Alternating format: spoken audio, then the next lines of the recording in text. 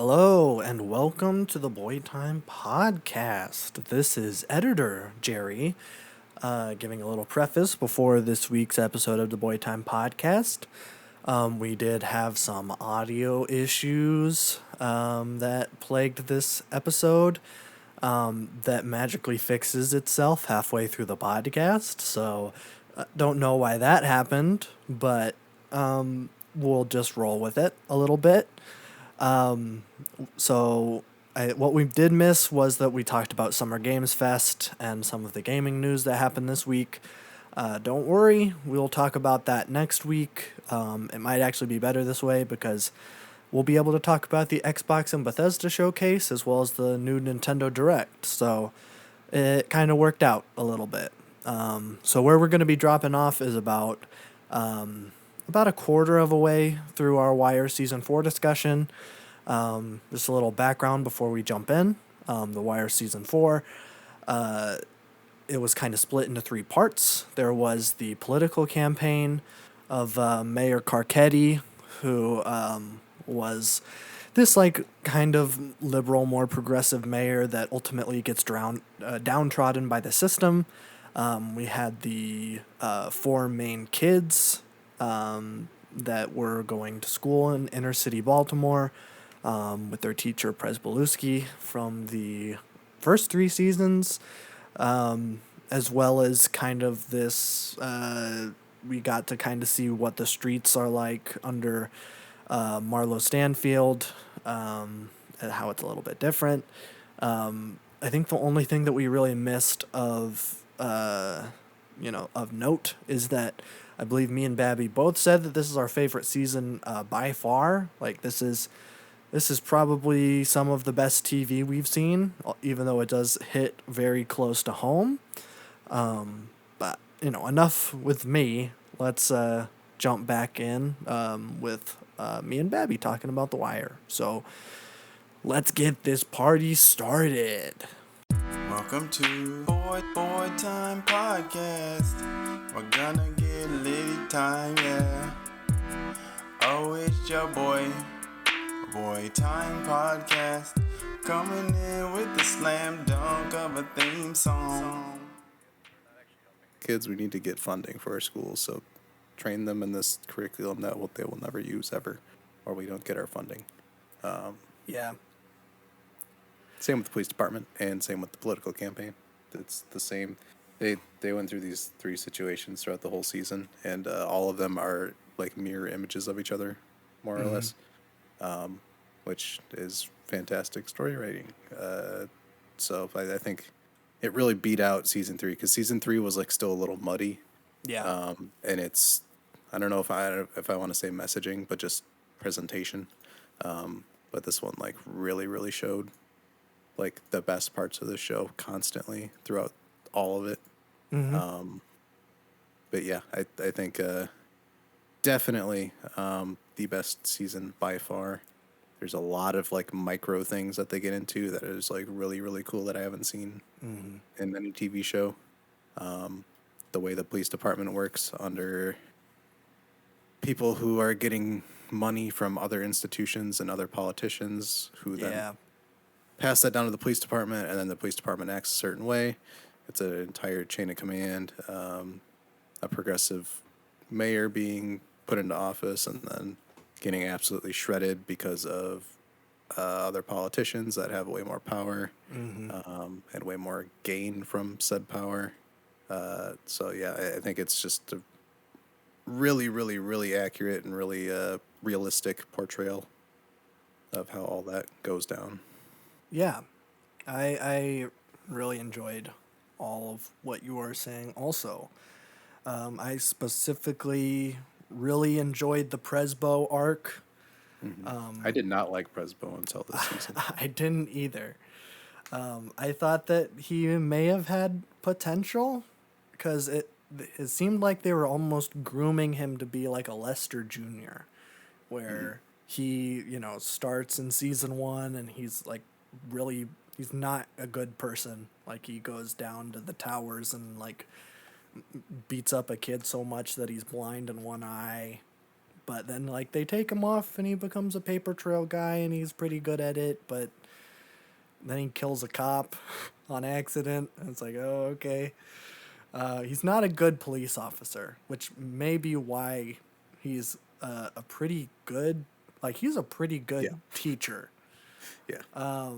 which I was surprised, But we got to see the evolution of it though, which is good.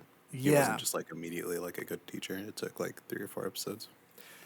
Yeah, and I think some of it is that like it really got to highlight the side of his character that like cares for people because we haven't really gotten that really. Like we kind of You got didn't to get see that his. with any police officer in the show until this season. Yes, I think you got it a little bit with Bunny in the last little bit. one. This season we got to see.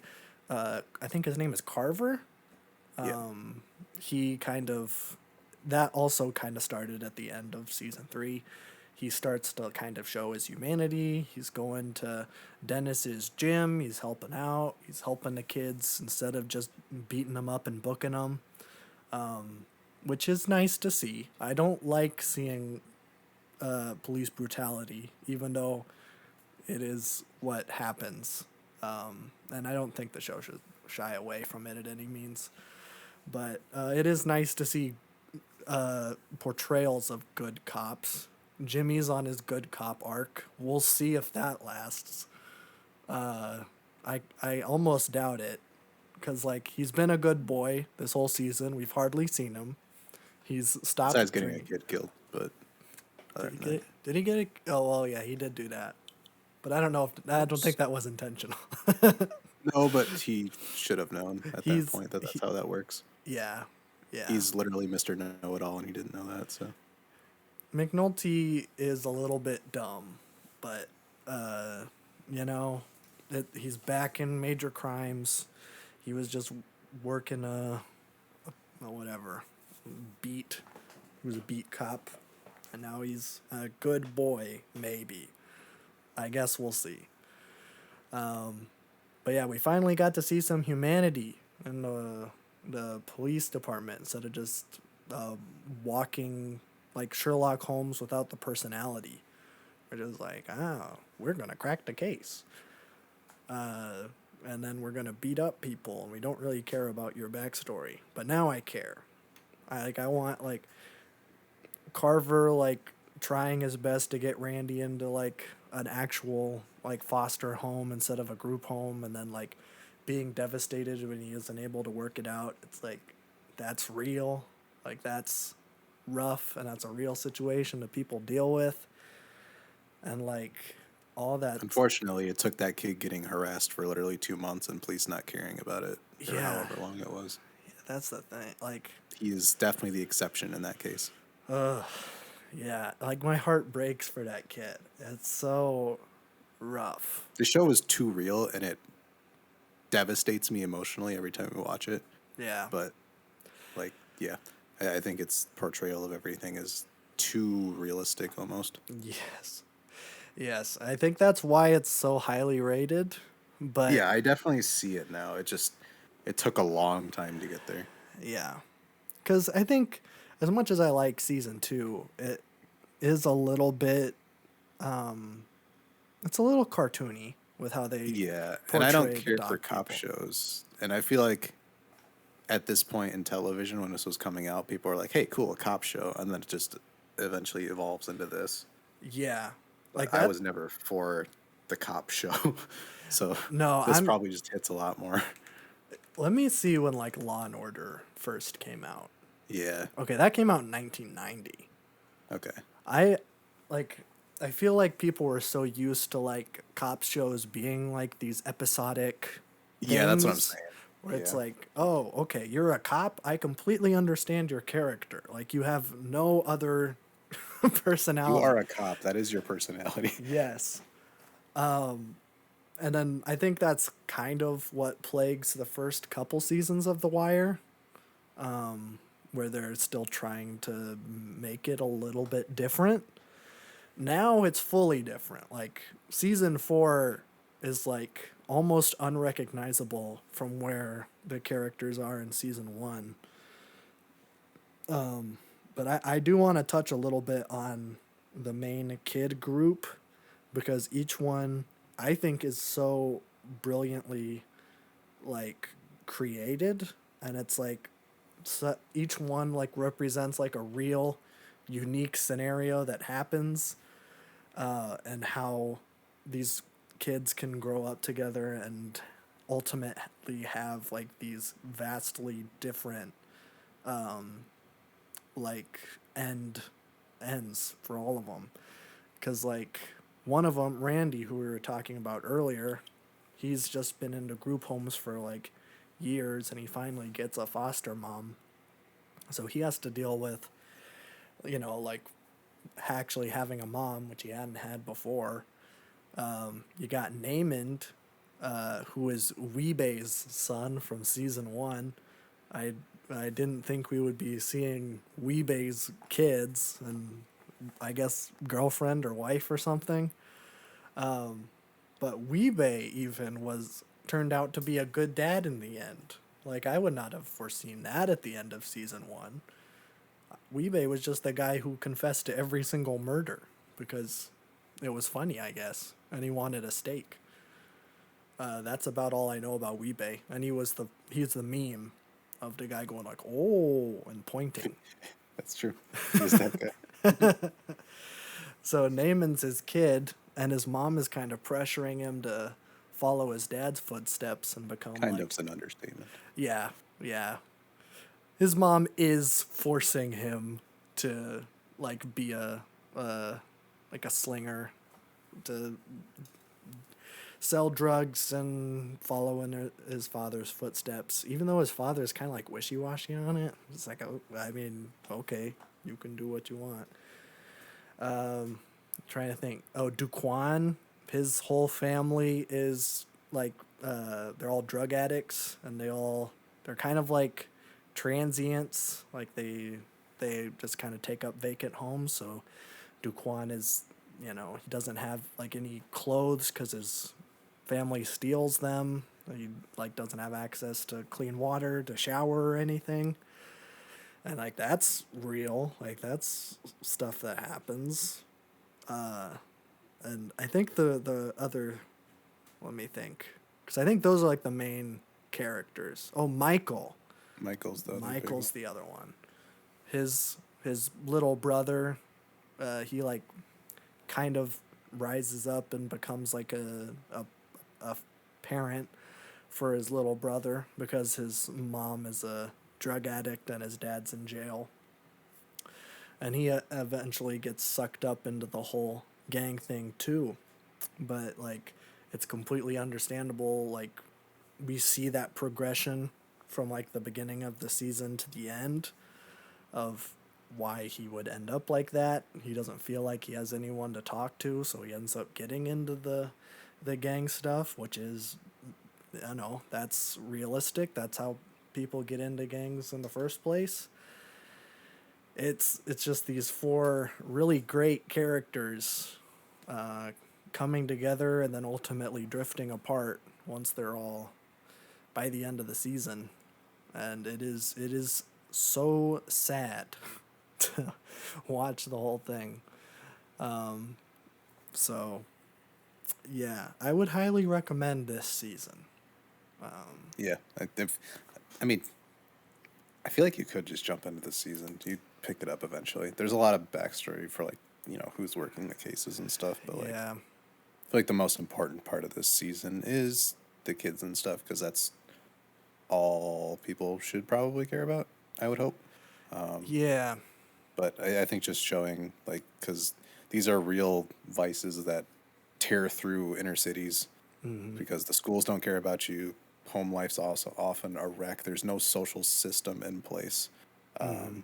So especially like you get those moments in the episodes where there's literally you have that feeling there's like nowhere to go. You can't go outside, you can't go back home, and you can't go to school. yeah, It's like this trapped feeling, and then yeah, just the emergence of the gangs. There's violence, whatever else it comes to. It's like insanely like realistic in the portrayal of it. yeah. but I there was it was a very very well done. There was still like a little bit of like savior complex Yeah, with Prez. stuff, Yeah. which was still a little iffy, but like I can pass over that just because of the other stuff that was so great. Yeah. But yeah, I also love the whole Carcetti arc. I think that was It really was well done, and well I'm done. interested in that crap in general. So Yeah. that was really interesting to see the inner workings of that stuff and how everything changes when something else gets in there, and then it's like, hey, these are routine things, and sorry. Yeah. Yeah. Yeah. I thought it also was pretty it was pretty well put together, like at the end there where Carcetti like doesn't take the bailout money from Annapolis because of his ego and because the people it would help are children and children can't vote. Yep. And it's like, okay. So he starts his term about halfway through the season and he comes in, he makes all these big progressive promises. He doesn't want, the police to be juking the stats. Like he wants everything, he's like, oh, do what's right, do what's right. And then by the end, he's like, just kind of falling into the same path that we see like every single politician fall down. Because it's nearly impossible because one person literally can't change anything Yes. in this political system. If anybody tells you otherwise, they're lying to you. Yes. The only way to change that is through first local and then state and then federal. It has to be a massive sweep Yeah. because otherwise it's literally like business as usual. But yeah, I think just the quick, switch of things. 'Cause it's not even like mostly his fault. He's just trying to navigate this somehow. Yeah. But yeah, that's the quick descent into that was really interesting. Mm-hmm. Same happened with Obama, by the way. Yeah. If you need a real life example, Yeah. just look at an Obama speech from like 2006 and then like 2012. Yeah. You could even go earlier. You could go 2010. But yeah, I that was really well done as well.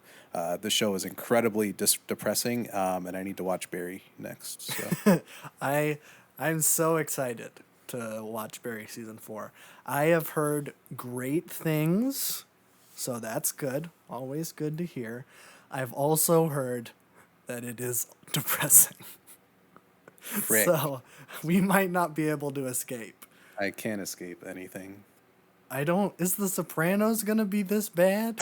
I don't know. That's just a. Hey, I'm Sopranos a seems good. kinda- yeah, it seems kind of quirky. Hey, I'm a fucking gangster.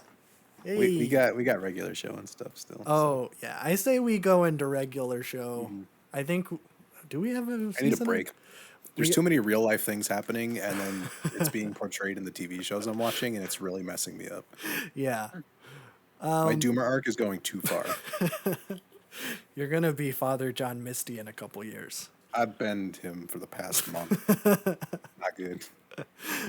Yeah, I say. Well, we'll watch Barry. We'll finish The Wire, and then I say we have a new season Close Enough, so Yes, sir. we'll watch that, and then I say we finish out regular show. Yeah.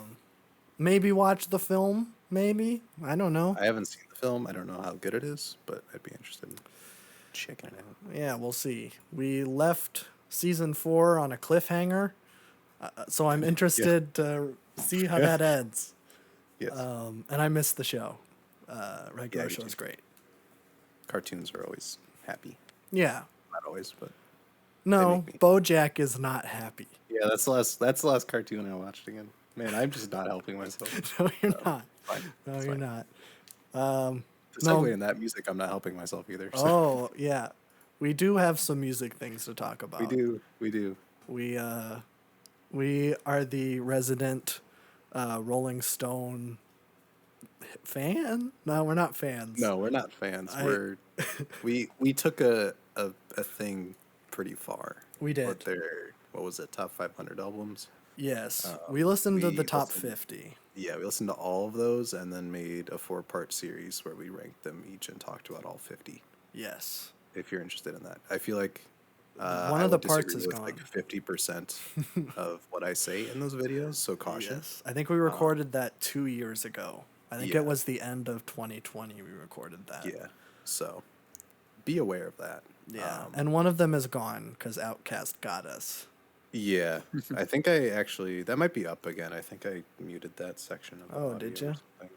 It might be up again. Oh, okay. If it's not, oh well. Um, But yeah. yeah, music. So the big thing this week, we're going to talk about uh, this fantastic list that the Rolling Stone has put together of the top 200 or 200 greatest hip hop albums of all time.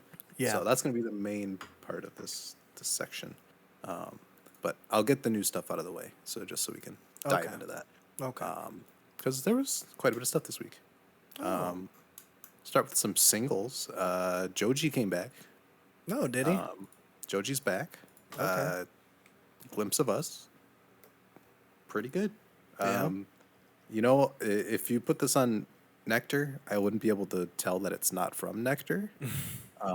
That's not exactly a bad thing, though. I think his singing's a lot better on this than his singing on Nectar. I think he's definitely improved his vocals. But it is sad boy piano ballad, James Blake type stuff again. Okay. So it is Yeah. pretty much cookie cutter what he did on the last record, but it's pretty good, so I'm not going to complain about it. Yeah. Well, Nectar was an improvement from the one before it. So, Huge. Yeah. yeah. Yeah. I'm interested. I didn't know he did a new song. I'll have to listen to it. It's a little sneaky. Yeah. But it just popped up on my YouTube feed on Friday. I'm like, oh, okay. There. Here for it. Okay. I enjoy it quite a bit. One of my favorite Joji songs. I think the singing's great. Again, not reinventing himself, but just, I think, enhancing what he's done before. Okay. So I'm interested to see where this goes. So I'm assuming this is going to build into something and isn't just a single out of nowhere. Probably not. Because when was Nectar? 2020? Yeah. 2020. Yeah. Cool. We got. There was another single out. Cash in Cash Out. Pharrell, 21 Savage, and Tyler. I've listened to this song. That's a stack right there. It's all right. Yeah, I wasn't a huge fan of it, but I do like Yeah. 21 Savage and Tyler and Pharrell, Yeah, I guess. I like the song. There's a couple of things that are like, about it. First of all, there's this weird clipping thing in the beat. I don't know if it's a clipping thing or if it's something that's like with the snare, but there's like a weird clicking sound. Oh, I didn't notice that. I hate it. Okay. It's the same thing that Tyler did with Wilshire because he just went in the booth and recorded with a mic not on a stand. So when he there's like a clicking in the right channel that makes that song like unlistenable to me. Oh, It's weird. so bad once you notice it. He did lo-fi, but he didn't cut out that one little part of it. So I don't know if the same thing happened here. There's like a little part of the beat that annoys me. But the chorus also gets a little bit repetitive. Yeah. I mean, it still goes hard. Like I still very much like the song. But I don't think it's one of Pharrell's best beats. No. Especially what he's been doing this year and the past couple years. This is not a highlight. But I still mess with it. I think it's still pretty good. Tyler had a fantastic verse. 21 Savage he's 21 Savage. He's gonna be good no matter what. Yeah. Always loved 21 whenever he's featured on something. I've never listened to a 21 Savage record or anything. He is like the easiest cheat code feature besides J. Cole. Those two are like the best of features. Yes. Like when you get them, it's like it's gonna be a top A+ quality, like S tier, all the time. No exception here. That was pretty good. I also like Ty Dolla Sign. Yeah, Ty Dolla Sign's also fantastic as a feature artist. One of the best. We had a Mike Dimes and Jid song, Home remix. Jid needs to drop his album. Yeah, I feel like you've been talking Please. about this for months. Yeah, because this verse on this song is insane. And it's on a remix. Like, why are you just jumping on people's songs and then just spazzing out for a minute and a half and then just disappearing? Yeah. Please, come back. He's really teasing this thing. Yeah, he is. But yeah, hopefully he does something soon. I feel like he's readying up. I would think we're getting into the second half of this year here. We need that. I've been talking about this album since January. And there's been like one song that's come out from it. But that happened, and then Black Country New Road, Ants from Up There Deluxe came out.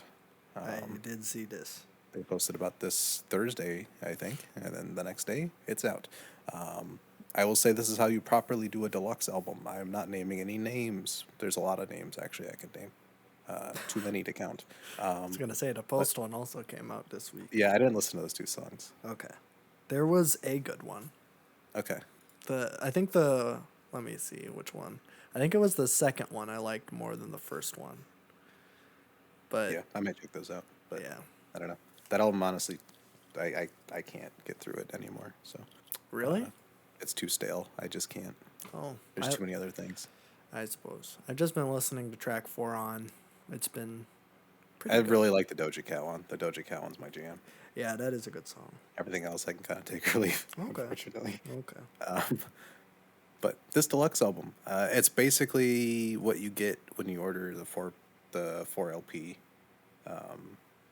box set for Ants from Up There. So it's just the regular album, and then disc 2 is an entire performance, like live performance. So they do the entirety of For the First Time. Then they have like Mark's Theme Bread Song and Basketball Shoes.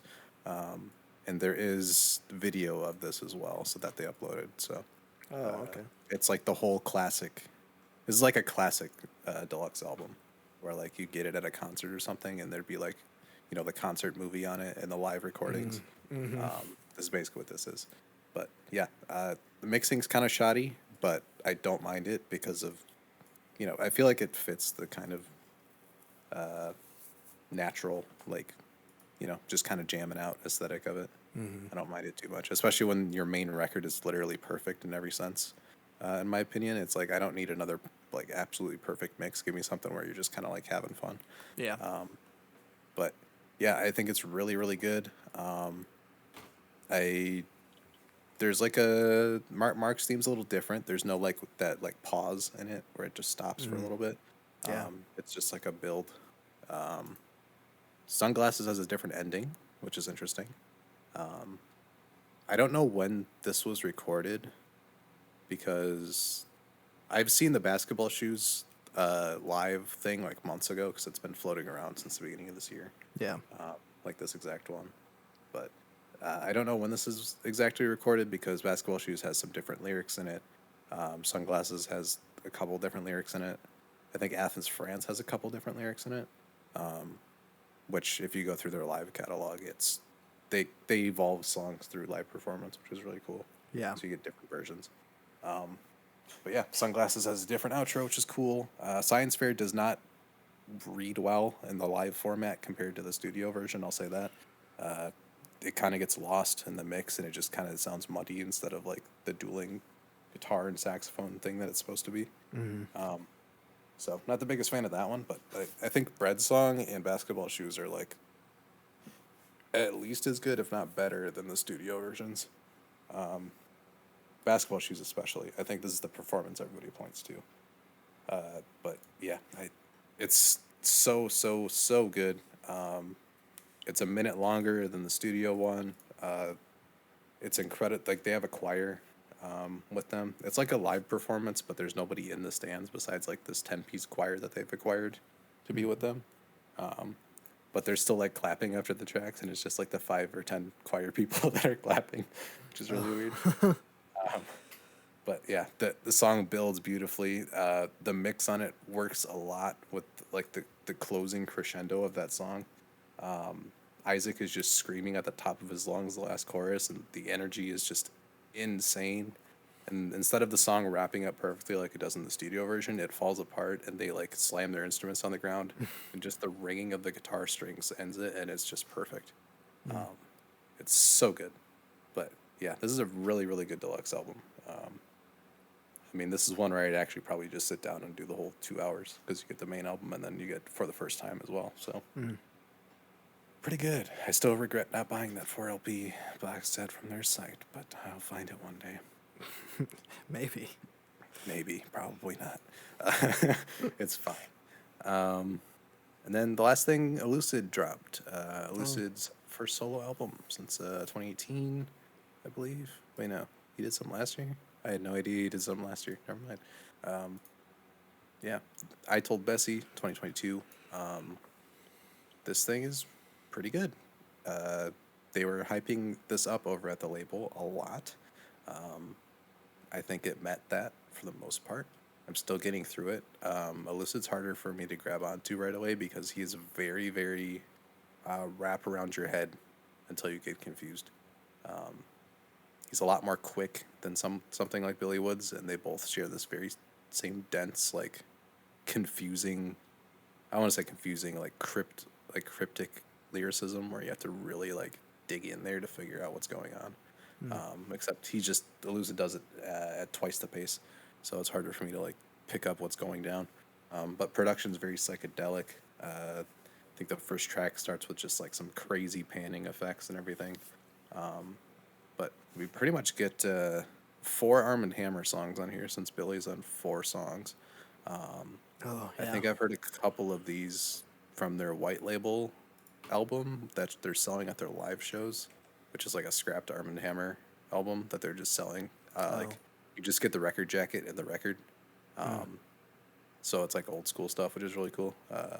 Trying to see Billy Woods in October, so hopefully they still have those if they come around. Yeah. But like Sardonyx, Spelling, Bunny Chow, Mangosteen, Jumanji, all these are really, really great. I don't know where I'd put this yet this year. I think it's definitely one of the better hip hop records. I need to listen to it more to get into it.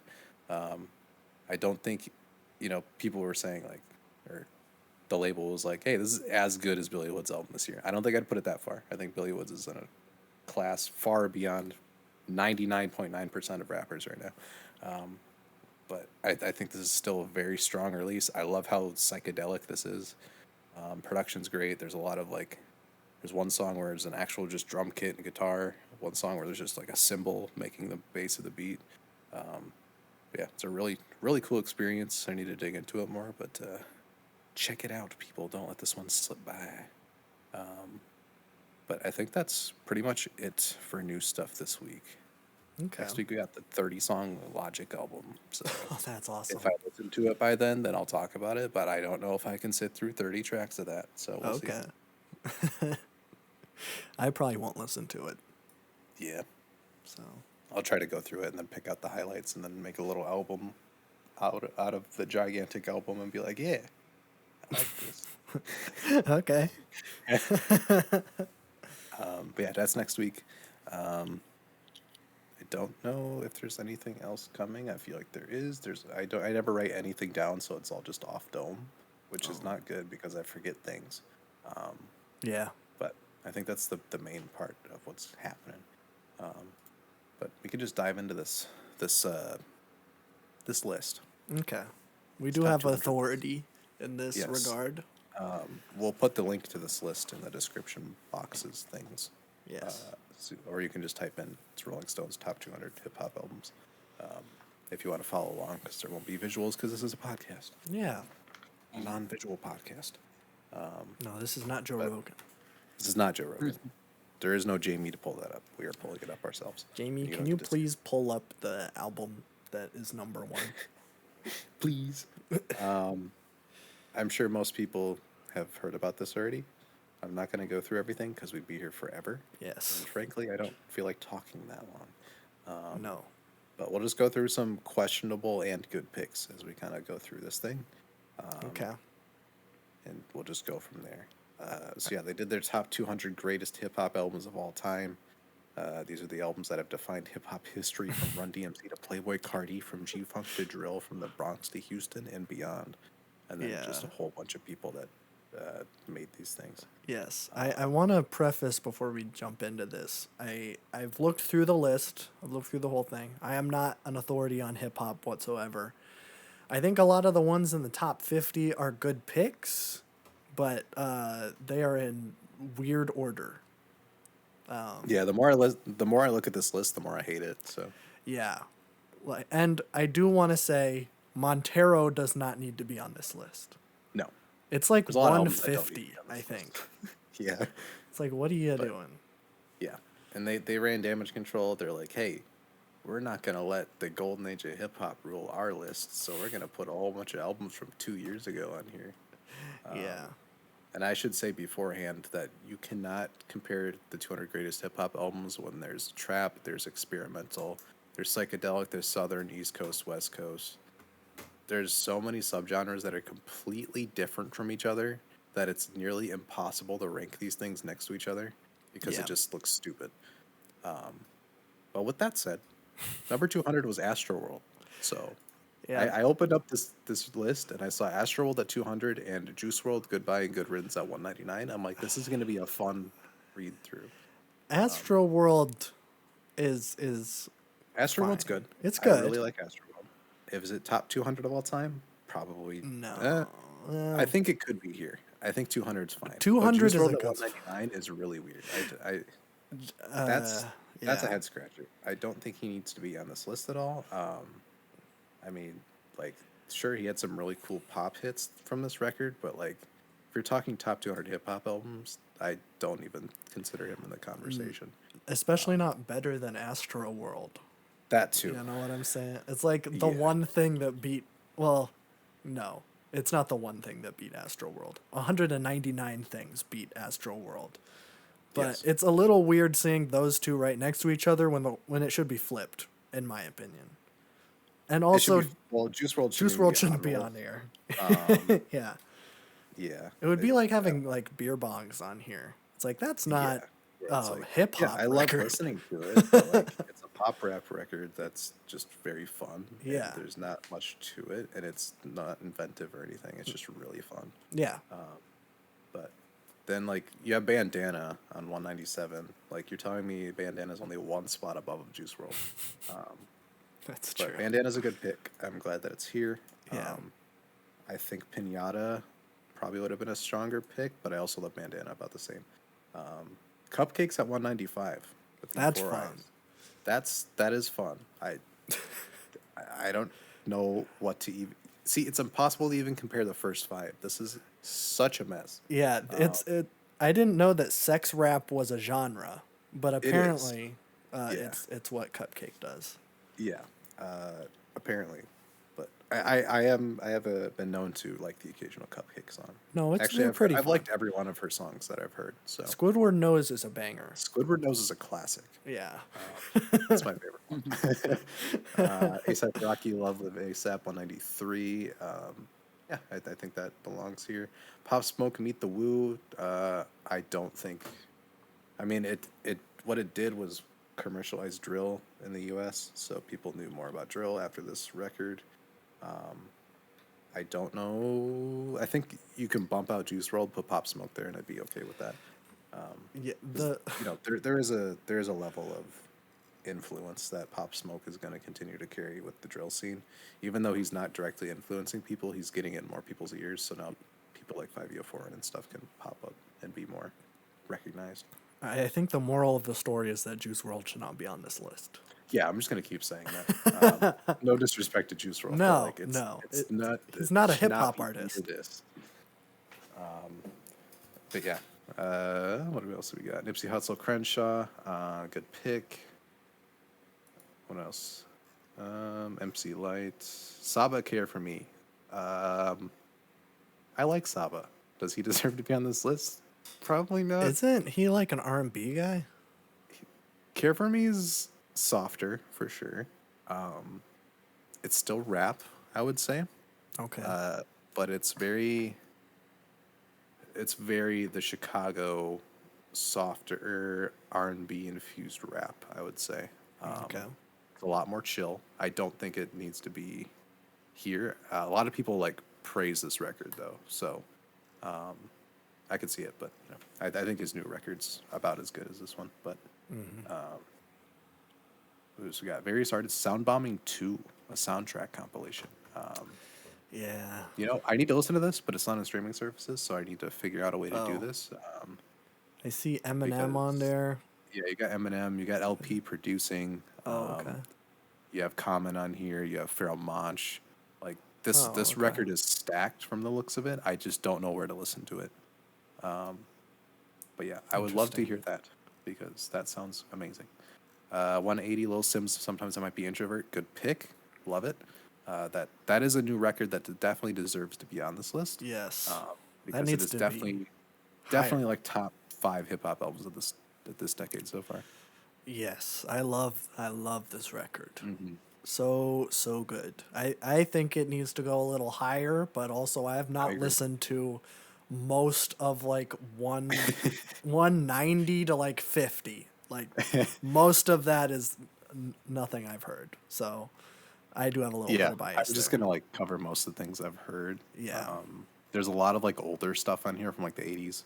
I Yeah. haven't touched a lot of that stuff, so No. Except for if we the don't mention it, doesn't mean we don't think it belongs there. It's just like I don't have a context for it. I do want to give a shout out to that one record. What was it? Slick Rick? Yes, yeah, there's a couple that are like interesting, but Slick Rick's in there. Um, That one's Slick fun. Rick's kind of low on there, but like Is it? I don't remember where Slick Rick is. I don't really either. I think it was in between 100 and 150, if I remember right. Yeah, it should be in like top. It should be somewhere floating around 50 or something. Gravedigger is 6 feet deep, 177. Like it. West Side Gun Fly God, 176. I don't know about this. I feel like they're picking this out of a hat to be like, look, we know about Griselda Yeah. and like modern day street rap, but like I don't think Fly God's his best record, and I don't think it needs to be this high yet. I definitely think Westside needs a ton of just appreciation. He's getting it more and more, but I think in the coming years we'll really see that. But yeah, I mean, it's a weird pick to put on here. I'd put it a little bit lower, but it's interesting. Mac Miller to Divine Feminine at 173. This one I have an issue with because the Divine Feminine is like half. It's like a jazz R&B hip hop record. Yeah. When he has something like Faces or Good AM or Swimming that are like a lot better than this record, and this is his only inclusion on this list, that's a little weird. It is odd. I I saw can't. that. I'm like, that's the one with Yeah, Anderson Paak and Ariana. Like that is not. yeah. Yeah. When like I'm questioning, I'm assuming this guy has listened to Mac's whole discography, but if I'm like I'm making a 200 greatest hip hop albums of all time list, and I need a Mac Miller submission because he deserves a place on here somewhere, which is true. I'm not picking the Divine Feminine first out of a hat. Like that's crazy. Yeah. Like Good AM is a pure rap album that just bangs. Like you can put that there. Swimming's an amazing jazz rap record. Faces is like this incredibly psychedelic long mixtape that is really great. That could be here, but you know. And then right above it, Flo Milli, Ho, why is you here? That is a good question. That's weird. Why is this album on this list?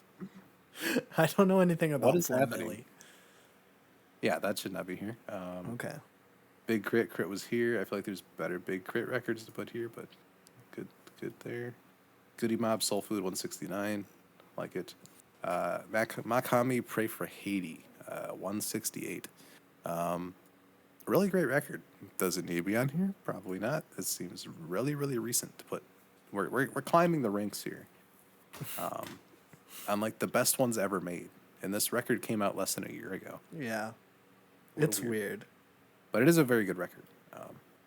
But yeah. Childish Gambino because of the internet, 166. What?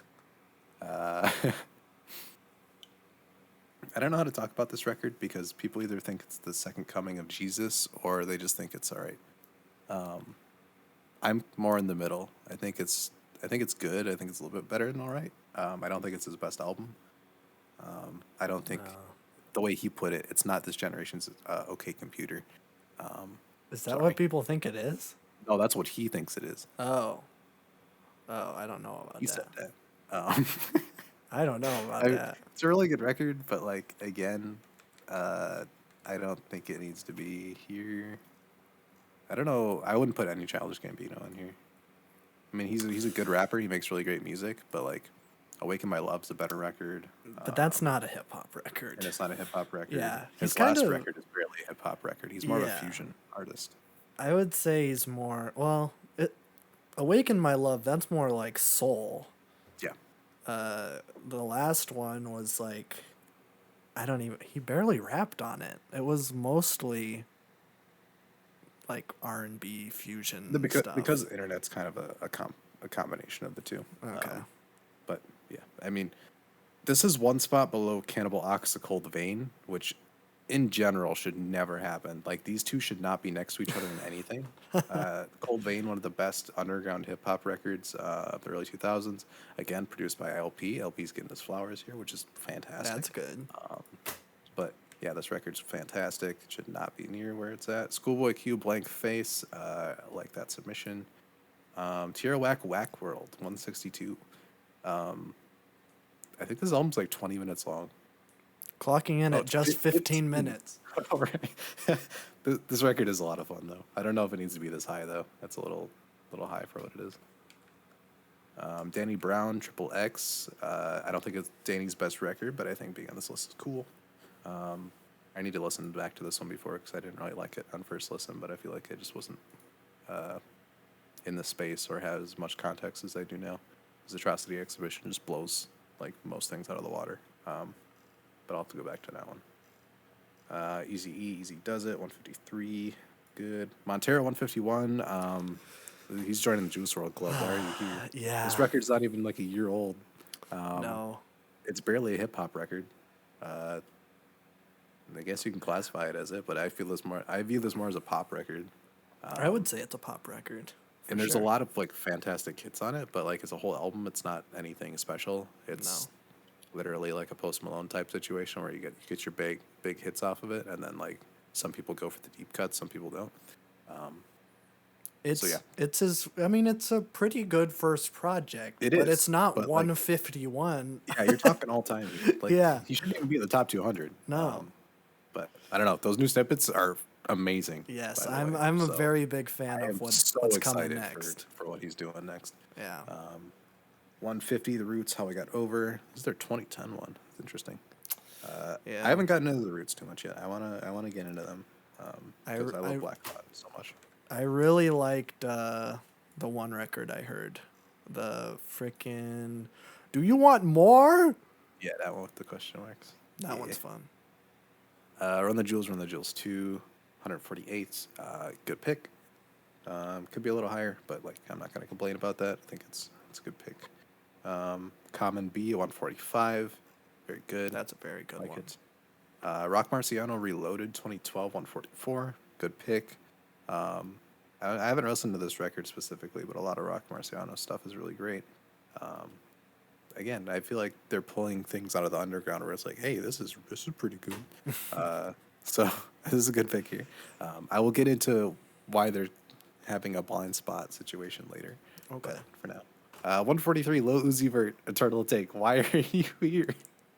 This is barely a rap album. Again, this is like psychedelic trap. Oh. Like, I mean, the record's not bad, but like again, 143. You're putting this above, like Commons B, Common B, and The Roots, and Run the Jewels 2. That's true. And Juice World. Are you kidding And me? Juice WRLD. I do like that album better than Juice WRLD. Nas, It Was Written, 140. Cool. Doja Cat, Planet Her on 136. Why? I feel like you're putting things in here just to put things in here. Yeah. Like, I don't know. this is so weird. In the hip hop firmament. Yeah, I don't know. Me Against the World is 2 spots above Doja Cat's Planet Her. It's so weird. Yeah, Doja Cat doesn't need to be on this list. Her music's kind of sick, but like, that. No, not, no shade on Doja Cat, but I would not consider her yeah. like necessarily a hip hop legend. No, or barely even hip hop. She does her thing, but she does a lot of like pop on that record. Yeah. But Tupac, Me Against the World, 134, like it. Killer Mike, rap music, 133. Like Banger Killer of a pick. Mike. Banger of a pick. This album is abrasive. It's like insanely good. LP production again. LP's got a lot of love on this list, which is good. Wait, you're telling me that LP did the producing on the Killer Mike record? How is that any different than Run the Jewels record? Because he doesn't rap on it. Oh, okay. He does rap on one song. Okay. This is when they first started doing Run the Jewels. Oh, okay. Because Killer Mike featured on LP's solo record, and then LP produced and featured on his record. And it's like, hey, we should do one together. and then they did, and then it turned into 4 of them. So, Yeah. but rap music is incredible if you haven't heard it. One of the best records of the last decade. J. Cole, Forest Hills Drive. I think this should be a lot lower than it is. It's a really good record, but I mean, when you put it above Tupac, Me Against the World, and Killer Mike rap music, that's really, really weird. Yeah. Don't do that. Yeah. Forest Hills Drive is pretty good, though. Ghostface Kill a Fish Scale. I don't think I've heard Fish Scale, but I've seen that cover a lot, so I'm sure. I like A Ghost. whole lot of red at 129. That's so that's so messed weird. up. That frankly, is so strange. frankly, it's really fucked up that they did that. It's frankly a disservice to Tupac and Killer It's a Mike. disservice to Playboy Cardi. He should be a lot higher. But honestly, I wouldn't be mad at this if it replaced Juice World. No, I 199. wouldn't be too mad at one. I feel like that's fine. I feel like Whole Lotta Red is definitely a genre-bending adventure. There was an interesting rollout where everybody hated it for the first day, and then 3 days later, everybody was like, "This is the second coming of Christ." Yeah. That was really cool to watch. But yeah, really like this record. Does not need to be at 129. You literally have Big Pun, Capital Punishment, one above it. That's so weird. Don't do that. Yeah. Put that way lower. If it even needs to be on this list, which it probably doesn't need to be. It's still too fresh. Yeah. Savage Mode, 21 Savage and Metro Boomin doesn't need to be this high, but this is a really good record. Yeah. Again, like comparing these things to other things is so hard. And like I get that they're not trying to, but when you have a list with album covers that are next to each other, it's like you're gonna compare the two. 'Cause Yeah. it's like you're saying this is better than this. They are. So They are obviously saying gonna that. like, do that. Yeah. But Drake, reading this, if you're reading this, is too late. Cool, take it. Outcast, Speaker Blacks, Love Blue, 124. I'll take it. Not the best Outcast album. No. Honestly, but doesn't need to be this high. two of them are in the top 50. Yes, If they're not, which is good. and I think they might be in the top 10. I know Stankonia is like number Stankonia is 3. very high. Yeah. Nerd in Search of, cool. Tribe, People's Instinctive Travels. Is this their first one? No. I think Low End Theory came out in 89. Oh no, that one came out in 91. So yeah, this is their first one. Before. Okay, that's what I thought. Because Can I Kick It and stuff is on here. I mean, yeah, Can I Kick It and Bonita Applebum are on here. Those are classics. Yeah, I guess I'm not too mad at this. I feel like it's a little high, but I mess with it. Young Thug, Barter 6. Don't think it needs to be this high again, but pretty cool. The Coup, Party Music. I love this album cover. It's a great album cover. This is so good. This is a picture of the Twin Towers being attacked, and this album was released after that, very soonly after that. In 2001. In 2001. Yeah, that is an insane album cover right there. Wait, not only was it in 2001, it was in later in September in 2001. That's And they crazy. had the gall to have the Twin That's Towers awesome. exploding and then them That's just like awesome. posing in front of it. I remember LP released Fantastic Damage like the year after, and a lot of lines from that album could have been taken very differently because like there was a lot of talks about that. And like this wasn't the first time that this has like been a thing in New York, because there was literally a World Trade Center bombing in like the 90s, I think. Yeah. So like when he talked about a lot of that stuff, people construed it as a different way, and it was really scary, like listening to it. It's like, whoa, that is kind of weird. Like Yeah. that just happened. But Bastard 118, Tyler the Creator. Why? Yeah. Why? This is Tyler's like worst record. It's also his first. Yeah. This is like literally, this is pre SoundCloud rap, like YouTube rap. It's lo-fi. It's honestly, it's shock rap because that's what Tyler was doing at that time. Yeah. It's an important moment in the Odd Future Collective and the birth of internet rap, but like, or I guess like the evolution of internet rap. It was before a thing, but it doesn't sound good. I don't know why it's here. I don't know either. It's weird. It's weird. Yeah. Jay-Z The Black Album 113. Take it. Rhapsody of Layla's Wisdom 112. Good pick. I think Eve is a little better, but I will never be mad at a Rhapsody mention. This album is really great. Anybody that likes Kendrick Lamar or Lauryn Hill, listen to Rhapsody. I should. I really like her verse on T-Pab. Yes. I'll give this one a listen since Rolling Stone thinks it's very good. The Rolling Stones never wrong, They are never wrong. except when they are a lot. Most of the time. These flashbacks from our top 50. Yes. Pusha T Daytona at 108. I don't disagree with it being on this list, but I don't think it deserves to be near 100. I think it needs to be way lower. Okay. But it is very, very good. Old Dirty Bastard, 106, cool. Coloring Book at 105, no. Go down a lot. Like, it's a good record, but you're talking of all time. This doesn't deserve to be near that. This is like low 150s if you're even going to put it on here, but honestly, you can just take it off. Yeah. I don't need it here. Most Def, like on both sides, 103. I think that's a good placement. I think so too. It Very could be good. higher. Considering all the garbage that they threw onto this list, that doesn't deserve to be top 200. Not that they're garbage albums, but like in the grand scheme of things, compared to these other records, they don't hold up at all. Yeah. Then I would say this could be in like the 60s. But Well, especially since Black Star isn't even in the top 50. yeah. It's a Lil shame. Wayne's first mention at 99, The Carter 2. Company Flow, Funk Crusher Plus, 98. Great, fantastic. LP again. Get this nerdy backpack abstract hip hop from the late 90s, early 2000s. I love it. Really, really fun. Clips, Hell Hath No Fury. This could be a lot higher. This record's really, really, really good. But I like to see it included, but could be higher. Ice Cube Death Certificate, 93. Good pick. DJ Shadow, 92. I like it. Kid Cudi, Man of Moon, The End of the Day. Doesn't need to be this high. This is it's a weird album because it's technically a rap album, but it's so much not a rap album at the same time. It's very... I don't even know what to classify it as. It's a lot of melodic rap. It's a good record. I don't think it needs to be in the top 100, though. Okay. The hip hop list. I think it's one of the most important records of like the 2000s.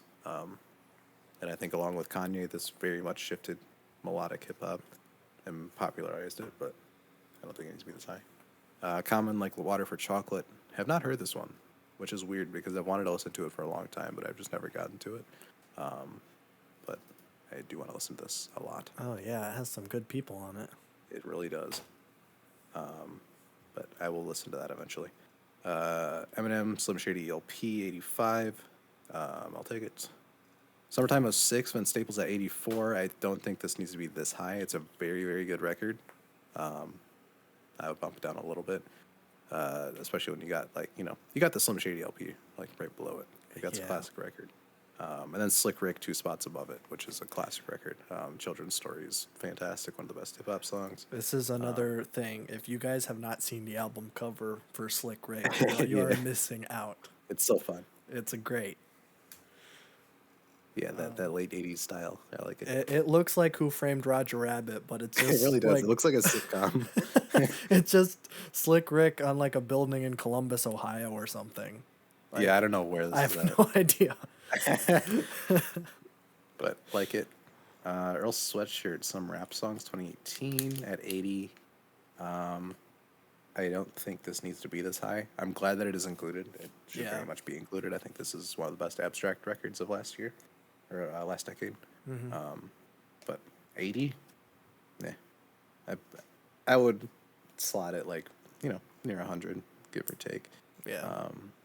Very good record, though. Jay-Z and Kanye, Watch the Throne, 77. Again, doesn't need to be this high. Yeah. I mean, it's a really great record, but, like, it's a very of the 2011 time record. It's very, very much that. That could be just because you heard a lot of the songs while that record was out, so I just associated with the time period. But yeah. It's a little high. Meg Thee Stallion, Fever at 75. Oh my god. Yeah. I liked Meg Thee Stallion a lot. But 75 of all time. You have Public Enemy, Fear of a Black Planet right next to it. That is insane. Yeah, it's a little. I don't know. Black on Both Sides is like 30 spots below this. Yeah, Yeah. yeah. Yeah. She probably doesn't even need to be on this list, but given the other things that we've seen on this is better than a lot of those others. So put her in Yeah. like the low 100s if you're gonna do that. Fear of a Black Planet is like such a. That's crazy. It's mean, that such has a Fight the Power on it. monumental record. Yeah, it has Fight the Power on it. I mean, the one that we listened to is higher up. It is, and that record is really, really fantastic as well. Yes, but this one, I mean, I know it because it is prominently featured in the Spike Lee joint "Do the Right Thing." Oh yeah, that's true. Yeah, it is pretty much the soundtrack to that movie, and it works great. Yeah. So if you have The not live checked it production out, I would highly really recommend great. it. Yeah, very good. Except I'm not a big fan of Flava Flav, but I love Flav. He's so cool. he is pretty cool. Fuji's the score. I want to talk about this record, but we haven't heard it yet. have It's not. been on our list for over a year. But we're So- both big Lauryn Hill fans We are. We'll of get the to it one eventually. record. Yeah. Yeah. Ghetto Boys, We Can't Be Stopped. One of the best album covers of all time. Oh, Classic. yeah. 67. Like it. I didn't even notice this the first time I went through the list. That's awesome. 64, 50 Cent, Get Rich or Die Trying. Yeah, I think enough time has passed where we can put 50 Cent this high. Because this record is a classic. Yeah. 63, Black Star. Fantastic. Could be a little higher, but I'm not I- going to complain too much. Yeah, I would have it like in the top 50 for sure. I would too, I think. MF Doom, Operation Doomsday. Good pick. Scarface the Diary, nice. Damn does not need to be this high at 60. I think this can drop a little bit. Yeah. I mean, that wasn't even in the top 50 Yeah. of the top it's albums. strange. It's probably in the same spot as it was in the top Yeah. albums ever. It's strange because this record has an amazing impact, and I think that Pulitzer bumps it up a little bit. Yeah, I think that's what did it. So I could see why at 60 it's fine. But like in terms of quality and other stuff here, I don't know if it exactly matches, but I'll accept No. it. I'm glad that Good Kid and T-Pab Yeah. are in the top 50.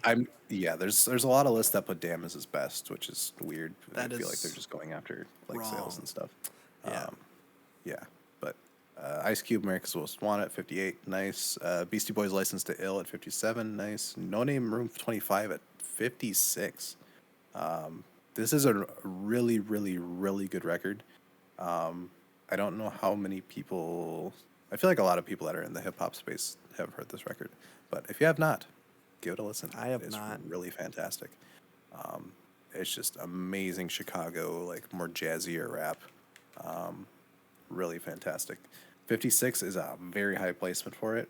I'm not gonna doubt it too much. I feel like it could go down a little bit, but I'm not gonna be mad at it. Okay. Midnight Marauders 55. We have not heard that one yet. That's the No. one Tribe record I have not heard. But which is we're weird, we're 'cause it's, like, big. the most popular. Is it more than Low End Theory? A lot of people like Midnight Marauders the best. Oh, So. okay. I mean, I am a very big Tribe fan. Yeah, I've heard everything I've heard from Tribe I've loved. So. Yes. Yes. Migos Culture, 54.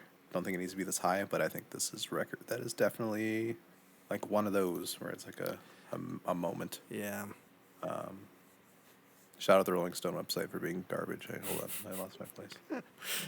Migos was 54. Okay. College Dropout, 52. Good pick. Like it where it's at. Roots, Things Fall Apart.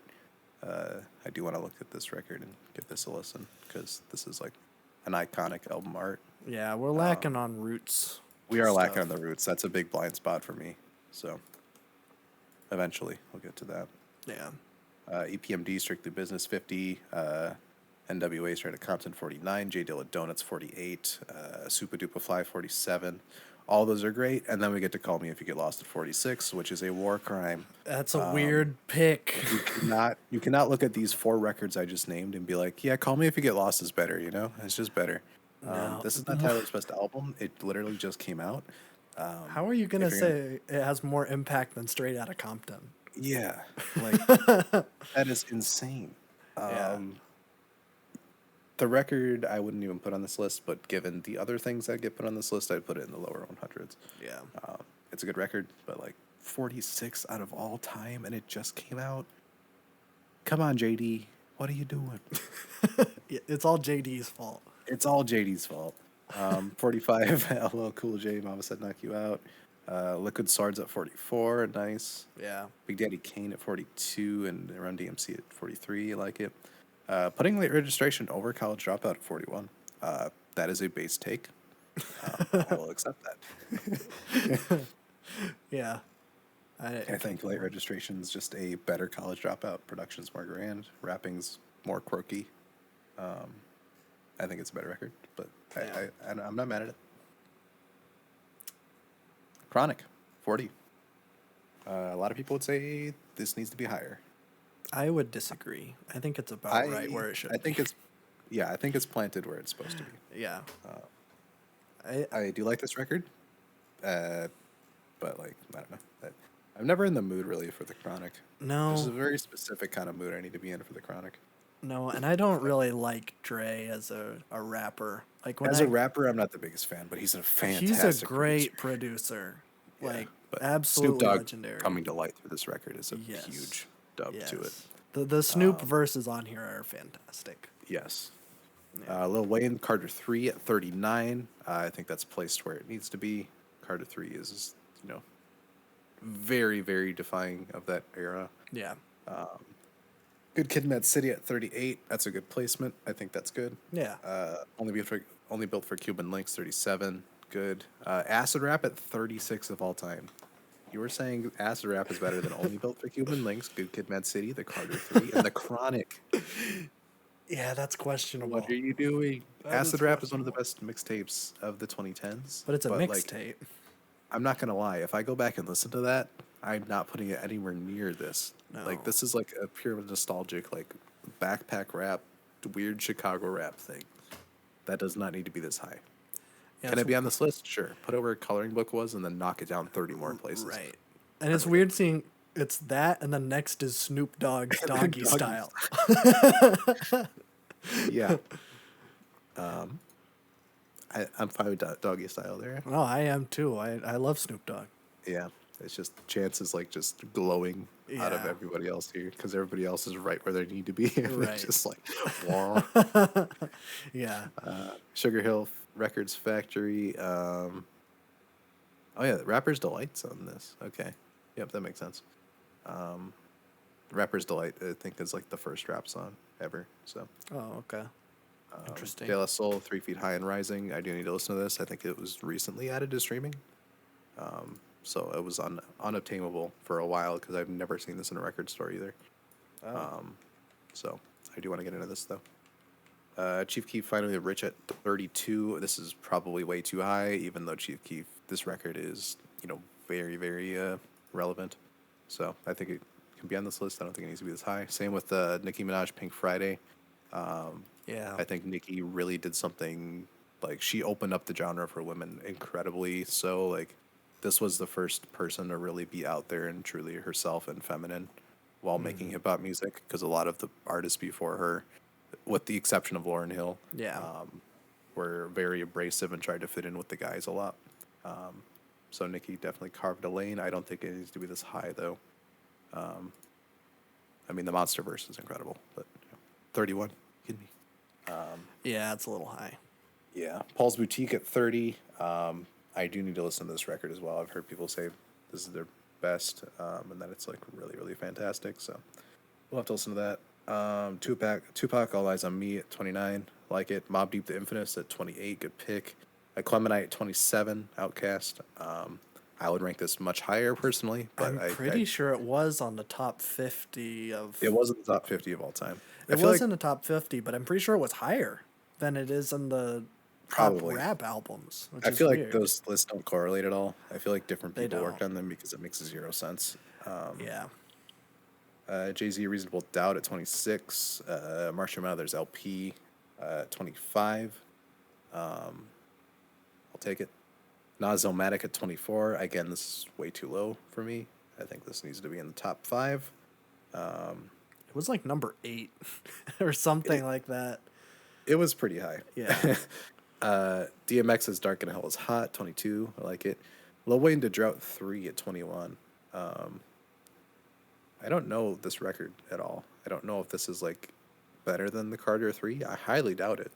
But interesting. I don't think this needs to be here. Future DS2 at 20. I think this is a little high, but I think Future, like this record specifically, was like huge for the trap genre. Yeah. But I don't know if it needs to be at 20 of all time. Lil Kim Hardcore, Mad Villainy at 18. Good placement, I would say. Yeah. I think it can be a little higher, but I'm not going to get too mad at that. I wouldn't, at least if Yeezus wasn't right directly above it, and then directly above that is Cardi B Invasion of Privacy. That's a crime. This is the biggest mistake of the list, is putting Cardi B at number 16. 2 spots above Mad Villainy. That's borderline disrespecting the dead at that point. I think it is. Yeah. I mean, I don't think this record's bad. Like, it's not a bad record, but like putting it at 16 is insane. You'd have to be dead to not hear Bodak Yellow in 2018. That song was Yeah. everywhere. Yeah. But if you're gonna put her on this list, put her in like bottom 100s. It's Like, weird putting this above Nicki. I'll say that too. That too. Nicki carved the lane. Yeah. I will say I think some of Cardi B songs hit a lot harder, but like, you know, this record cannot be at 16. This is insane. No. I can't believe people look through this list and they're all like, yeah, that This makes is sense. about right. Yeah. That overshadows Yeezus being at 17. I feel like Yeezus doesn't need to be this high No. at all. It's a good record. Very, very weird turn from a major artist who was like on top of his game. Very polarizing. I do really, really love Yeezus. Doesn't need to be this high. Yeah. Paid in Full at 15, like it. Supreme Clientele at 14, good. 2001 at 13, I'll take it. Yeah. Clips Lord Willin at 12. I have not heard the Lord Willin album. I've heard Hell Hath No Fury, but I'm sure this one's pretty good as well. Drake Take Care at 11. That's a hot I think take. this is Drake's best record. Doesn't need to be right outside the top 10. I'm not sure. I don't know. I'm conflicted about this one because this is his best, and it was incredibly influential, but doesn't need to be at 11. That's the question. Also, The Weeknd did a lot of writing for this record. Not like that's a diss on it. It's just weird. I do like The Like, Weeknd. like Drake took in The Weeknd and then like completely just borrowed him for this record. Interesting. Okay. Yeah, which is what Drake does. But yeah, I don't know if it needs to be this high, but it definitely needs to be on this list. Top 10 now. Lauryn Hill, Miseducation, Lauryn Hill at 10, like it. Yeah. Low End Theory at 9, like it. 36 Chambers at 8, like it. Yep. Missy Elliott, Miss E, So Addictive at 7. Why? Like, I feel like the easiest part should be making the top 10. Yeah. Why'd Wasn't you throw Missy this? Elliott already in the top 50? Wasn't she like? Yeah, Yeah. I have not heard this record. I don't know how well praised this is, but I doubt it. It's like I've never seen this in a top list, No. so it's a little weird. Twisted Fantasy at 6, T-Pab at 5. It Takes a Nation to Millions to Hold Us Back at 4. Sure. The Blueprint at 3, Stankonia at 2, and Ready to Die at number 1. Not a horrible top 10. No. I don't know if I would Missy have the Elliott, Blueprint weird. in there. The Personally. Blueprint's great, but I don't think it stands up to the other ones in this top 10 list. No. I'm also not like the biggest Jay-Z fan. I'm not. Like I like Jay-Z, but like in album format, I'm not the biggest fan of him. I'm not either. I'm also. I think when we did the Rolling Stone other list, I was a pretty big fan of the Biggie record. Even I am questioning it being the best rap album of all time, especially when T-Pab's like 5 Yeah, and I think it Public deserves top Enemy's 10. 4. Of course, it deserves top 10, but it's just like it's a little bit weird. I don't know. I don't think it's the best, but that's just me. Yeah, I mean that's the list. Yeah. Interesting. I think I think they severely missed the really great records of the 2010s and put in a lot of overly commercial ones that were not that great. With Planet Her at Montero and what else? Juice Juice. World.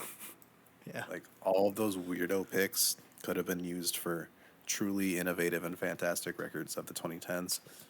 There's no Billy Woods in here, which if you're around any hip hop head that is of the know, like they're gonna put Billy Woods or something somewhere in this list. You're missing like people like Peggy, Injury Reserve. You have Oh one yeah, Annie there's Brown no record in there. Peggies. There's no Peggy at all, That's which is weird. weird. There's no Death Grips at all, which is extremely weird. That is weird. Wow. So I feel like they missed experimental by a big shot. Yeah, they're missing a lot, and they put in some very weird picks. But I don't know. This is the Rolling Stones, and never take this seriously. This is more of like a, wow, here's a shocking thing that everybody can talk about. Yeah. But it's still interesting to go through. I don't know. If I had to put like my top three, I'm thinking it's Illmatic, it's T-Pab, and it's Aquemini. Any order, don't care. Of stuff I've heard, I think I would do Lauryn Hill, Low End Theory, and T-Pab, probably in that order. And the weirdest thing is like, Lauryn Hill's not even fully hip hop, but like, I'm No, still gonna take it. no, you know what? You're right. I mean, it's like half R&B, but she does have some great verses on here. Oh yeah, the record's like flawless. Yeah. I don't know. I do feel kind of weird having it in my top 3. Maybe I'll switch out Lauryn Hill for the Wu-Tang one, because I like that Wu-Tang Yeah. one. I feel like you need Illmatic, you need T-Pab, you need Twisted Fantasy, you Yeah. need 36 Chambers, you need the Low End Theory, you need Miseducation. I think Public Enemy's a good pick as well. Yeah. But yeah, I think Mad Villainy deserves in there too. I I would. think Mad Villainy is insanely good. But yeah, I mean that's the list. It's not Take it how very you good. will. Not very good at all. We're going to do a video. It's going to be a 4-part series, and it's going to It'll be come out in our top 200 hip hop records. God. I don't think I've listened to 200. Yeah, you'd hip-hop have to really records. like study. You'd have to take a year off and just study. Yeah, I don't want to do that. I don't know if I could fill out 200. Probably not. I could write down maybe 200 of all of them I've heard, but they're definitely not ones I'm putting near the top. No, you have heard the Big Day, Yeah. so I don't know if that would be on any list. It should have been Yeah. number 200, if I'm being honest. Just as a goof. Just the audacity of it. Yeah, I mean they had the audacity to put Juice World in 199, so they should have at least done a goof, just one goofball one at the very end. Whoops. Sorry. Our honorable mention is Corey Feldman, angelic to the core. On some semi hip hop song that's mostly a dubstep song. Yeah, But yeah, that's that awful list. We're not going to spiral this into a series like we did last time. I feel like the top 50 of the top albums of all time was more consistent than this. And that was Yeah. a little shame. well, they did release the top 200 or 500 songs of all time. I don't think we Yeah, that talked was a about really that bad one. list too. Yeah.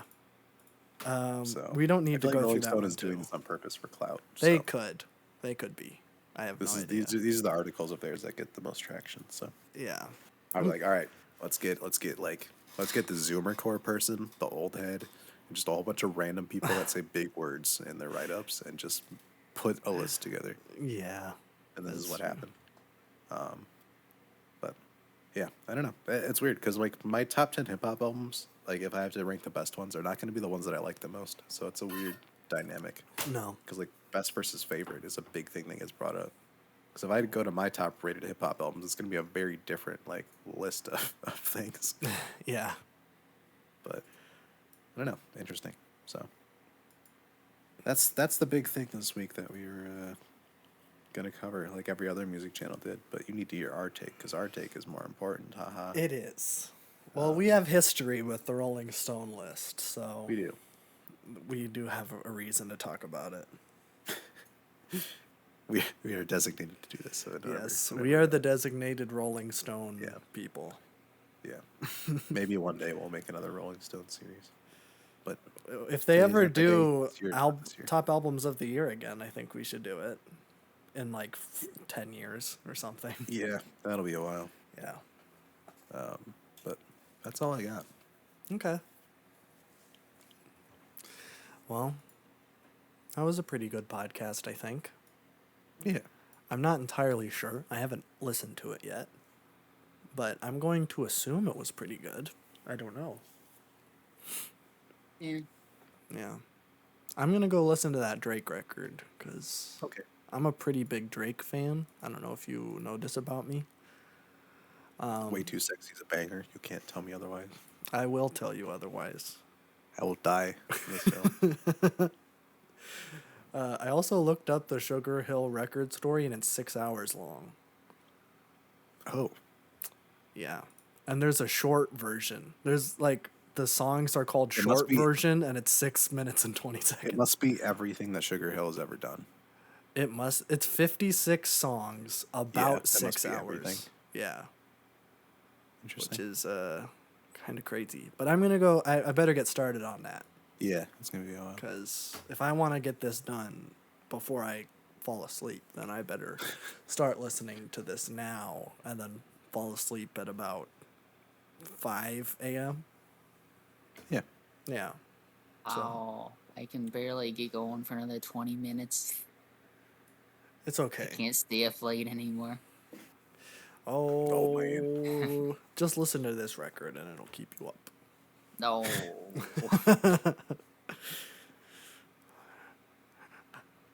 Okay.